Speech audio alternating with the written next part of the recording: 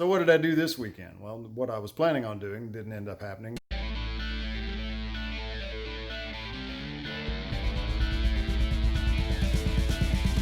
Based on some comments that I've gotten on some of my other videos, it's probably, I need to put a disclaimer at the start of my videos.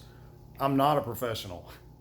I'm a professional in some other things, in some other areas, but they have nothing to do with what I do here on this YouTube channel. I've even been called a hack. And admittedly, in some ways, yeah, I kind of hack around at what I do. I just figure it out. I enjoy doing that. I'm just a guy in his garage tinkering with stuff, trying to figure out how to fix things on my own and how to save a little bit of money.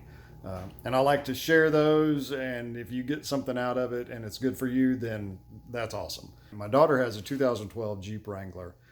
She had our Jeep in at the dealership having the oil change, which is really just an excuse for them to go through and inspect and tell you all the different things that they want to charge you for to fix.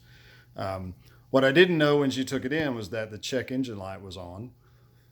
So they came back and they said, hey, your check engine light is on. And they said, we can diagnose it for $179. Okay. And then whatever they find in that diagnosis, they're going to charge me to fix on top of it. It was throwing a P0128 code. It was throwing an IAT code, which is, I forget what IAT is now. And then it was also throwing a coolant temperature low-high code. It was throwing those three, and they all had to do with basically the thermostat and the cooling system. I looked. O'Reilly has the thermostats for 20 bucks. Okay, I've never swapped out a thermostat, so I wasn't sure what I was getting into. I figured I could do it. So bought the thermostat and got the girl, let the Jeep sit overnight, let it cool off. Drained the coolant out of it and swapped out the thermostat. And then had to drive it over to a friend's house who has a scan tool that we could use to scan the codes and then clear the codes, and it fixed the problem. So what do? You have to take the plastic cowling off of the bottom. There are the four snap little, I forget what they call those, the little grommet things. There's 4 of those across the front, and then 2 kind of up in behind in the back. Get that out of the way, and you go ahead and loosen the radiator cap, and then take the drain plug on the radiator. Get something to catch your coolant in, and then open that drain plug, let that drain. That takes a while. I don't think you have to drain it all the way out. I did, just to make sure I got enough out to try to, because I was trying to save as much as possible.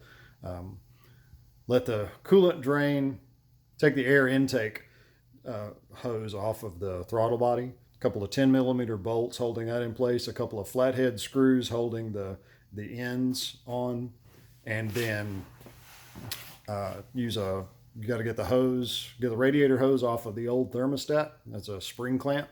You got to get that guy out of the way. Wrestle that hose off there. It's on there pretty tight, so you'll have to work with it. And then the 2 bolts holding on the thermostat, which are 10mm. In my case, the thermostat was physically broken. I don't think that I damaged it when I was taking it out. I think it was already broken. This is the old thermostat. I noticed when I took it out that this spring and this clip were loose, and I wasn't expecting that. And this guy is broken. This little rubber part around that is broken, and the bracket that held this, so the spring goes on here, and then this guy went in here. Well, that bracket got broken, which I'm gonna look and make sure that no pieces of this are down inside where this mounted to the engine. I really hope not.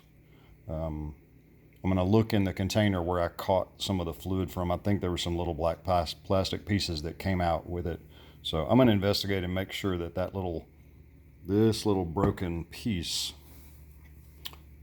here's what the new one looks like. So let's flip this over.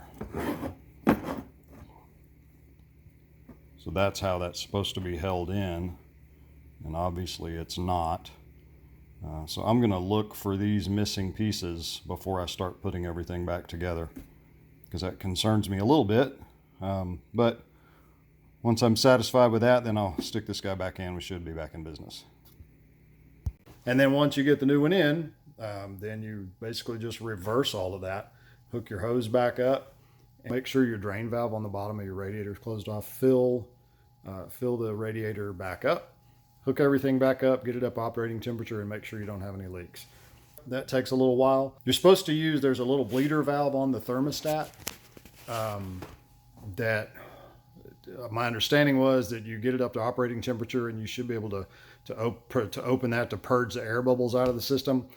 I never was able to get it to do what I wanted to do, so I may not have done that correctly. I'm not sure, but it doesn't seem to be causing a problem, so I think I ended up getting lucky on that. Saved me a ton of money, and now I know a little bit more. So, all right. Hey, I'm Brian. Thanks for watching the Daily Brew Garage, and I will see you guys later. Thanks. Bye.